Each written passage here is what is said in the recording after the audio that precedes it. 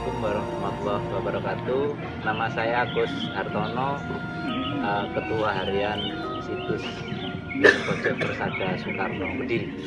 Situs itu adalah sebuah kawasan yang dimana kawasan itu adalah mempunyai nilai sejarah. Jadi ada benda cagar budaya, ada bangunan cagar budaya, ada situs cagar budaya. Jadi kalau benda cagar budaya adalah berupa benda, kalau bangunan mungkin bisa berupa gedung, ya, berupa benteng, berupa masjid, berupa rumah, berupa candi. Tapi kalau situs itu berarti termasuk areanya, kawasannya. Untuk situs Bung Karno ini ada benda cagar budaya, ada bangunan cagar budaya, dan ada situs.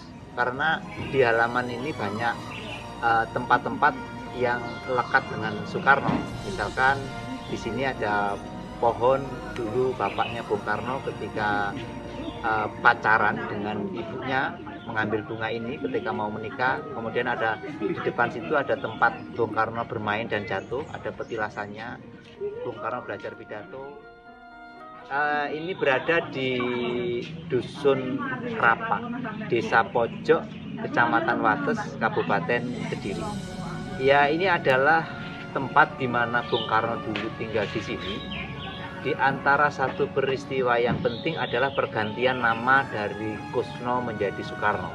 Jadi Bung Karno itu namanya Kusno ketika sakit-sakitan di Jombang, kemudian dibawa ke sini menjalani pengobatan oleh Raden Mas Mendung atau Den Mas Mendung.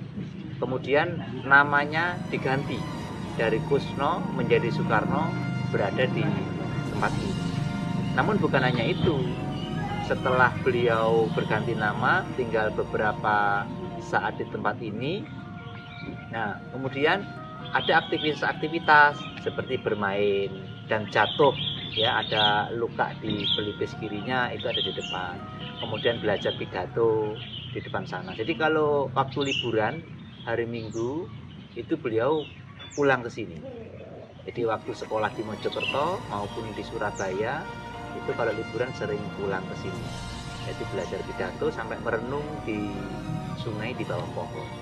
Di dalam itu ada beberapa tempat yang terkait erat dengan Soekarno, adalah ada 3 kamar, ya. Kamar masa kecil beliau ketika tinggal sama orang tuanya, kemudian kamar masa remaja dewasa ketika beliau kuliah di Bandung, dan ketiga adalah kamar presiden. Jadi beliau mulai kecil berada di sini, kemudian bolak-balik, ya, remaja, kemudian sampai presiden. Konon tempat jujukan pertama kali setelah menjadi presiden adalah di tempat ini, di dalam pojok Kediri ini.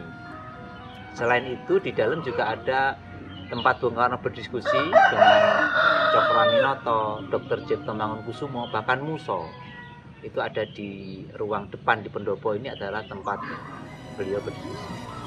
Ada beberapa barang peninggalan seperti buku, kemudian gelas, ya, ketika Bung Karno dulu itu kunjungan presiden itu kan ada beberapa barang, yaitu gelas, kemudian ada tempat bunga untuk nyekar, itu dulu ada. Terus pusaka, ada juga tongkat, ada tasbih, itu barang-barang yang dulu peninggalannya Bung Karno. Ajaran Bung Karno yang selalu kita pegang adalah yang sudah sering sebenarnya jas merah, ya, jangan melupakan sejarah. Selain itu, Bung Karno kalau kepulangan dalam pojok itu hari lahirnya selalu diperingati. Jadi mensyukuri hari lahir ini bagian dari yang selalu diajarkan keluarga dalam pojok, termasuk dilakukan oleh Bung Karno. Maka sampai hari ini hari lahir Bung Karno itu juga kita syukuri, selalu kita peringati, ya, 40 hari sekali. Kemudian tiap hari besar nasional terkait dengan ajaran itu, kita semua dari keluarga dalam pojok juga berusaha, ya, untuk hari-hari lahir itu kita adakan sedekah, kita adakan puasa kalau memang mampu. Ini bagian dari yang sejak dulu, sejak kecil dilakukan oleh warga dalam pojok dan Soekarno. Di sini itu ada kantor Persaudaraan Cinta Tanah Indonesia. Jadi kita itu bersama-sama bersama tokoh lintas agama dengan organisasi Persaudaraan Cinta Tanah Indonesia yang dijiwai manunggalnya keimanan dan kemanusiaan. Kita selalu berusaha untuk mensyukuri hari-hari besar nasional. Jadi hampir setiap hari besar nasional semuanya itu kita adakan tasyakuran atau kita peringati. Tentu bukan hanya Persaudaraan Cinta Tanah Air, kita ada beberapa teman yang tentunya aktif juga di sini. Ada organisasi Setia, ada organisasi pemuda Setia, ada teman-teman kadang dari NU, ada teman Ahmadiyah, ada teman dari Kampung Inggris, ada teman dari Serinjing, dari DK4, dari Syiah ya.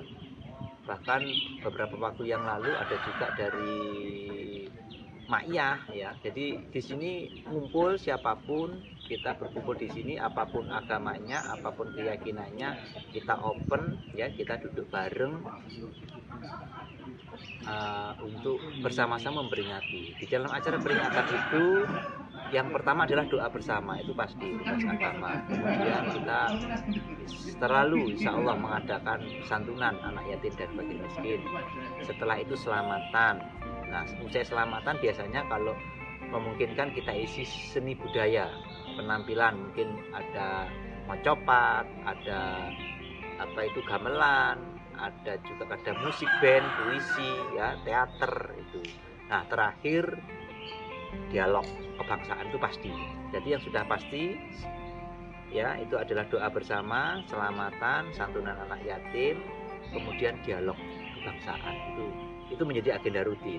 Adapun pentas seni itu sesuai dengan kondisi kita, sesuai menyesuaikan waktu. Karena ini kadang-kadang di 1 bulan ini aja kita ada 3 event ya. Hari Pancasila 1 Juni, hari lahir Bung Karno 6 Juni, dan 21 Juni. Ini 3 event, dibayangkan 1 bulan 3 event, kalau 1 tahun. Ya, pengelolaan situs Bung Karno ini karena ini milik keluarga besar RM Said Sumadmojo ya. Ini ada yayasannya, dan memang sejak peraturan pemerintah tahun 2012 itu benda cagar budaya, bangunan atau situs itu tidak harus dimiliki oleh pemerintah. Jadi yayasan atau perorangan boleh memiliki. Nah, karena ini sudah menjadi cagar budaya, kita terima kasih kepada pemerintah Kabupaten Kediri bahwasannya di situs ini diberi 1 cupel ya, juru pelihara. Jadi mereka yang membersihkan setiap hari, kemudian menemui atau guide khusus untuk Sabtu dan Minggu setidaknya, atau kunjungan-kunjungan tertentu. Jadi dari pemerintah memberikan cupel ya, kita terima kasih sekali. Sementara untuk kegiatan yang lain Pak, kita ya gotong royong ya, gotong royong, karena kita tidak pernah membuat proposal, kita tidak minta-minta, semua seadanya sesuai dengan kesadaran masing-masing. Ya, alhamdulillah atas berkat rahmat Allah yang Maha Kuasa, insya Allah di belakang itu ada tanah yang di luar situs, yaitu kita hibahkan untuk bangsa dan negara melalui Yayasan Pendidikan Setia. Insya Allah nanti akan diberikan pesantren Jati Diri Bangsa Merajut Perdamaian Nusantara. Insya Allah untuk itu kami mohon doanya. Rencananya nanti tanggal 6 Juli atau 17 bulan besar akan diadakan peletakan batu pertama oleh Bapak Kiai Muhammad Mukhtar Mukti, Mursyid Thariqah Setia. Beliau yang juga sang pemerakarsa organisasi Persaudaraan Cinta Tanah Indonesia yang dijiwai manunggalnya keimanan dan kemanusiaan. Insya Allah akan juga hadir para tokoh lintas agama dari Hindu, dari Buddha, dari Kristen, Katolik, Konghucu, pejabat insya Allah akan hadir di sini untuk peletakan batu pertama pesantren Jati Diri Bangsa. Semoga pesantren ini senantiasa dalam lindungan berkat rahmat Allah yang Maha Kuasa, dan semua yang terlibat senantiasa mendapatkan berkat rahmat Allah yang Maha Kuasa. Untuk itu kepada siapapun warga negara Indonesia apabila ingin berpartisipasi, ikut membantu tenaga, ikut membantu apapun, kita terima asal kita tidak mengajukan proposal. Kira-kira demikian. demikian. Terima kasih. Assalamualaikum warahmatullahi wabarakatuh. Salam berkah rahmat Allah yang Maha Kuasa.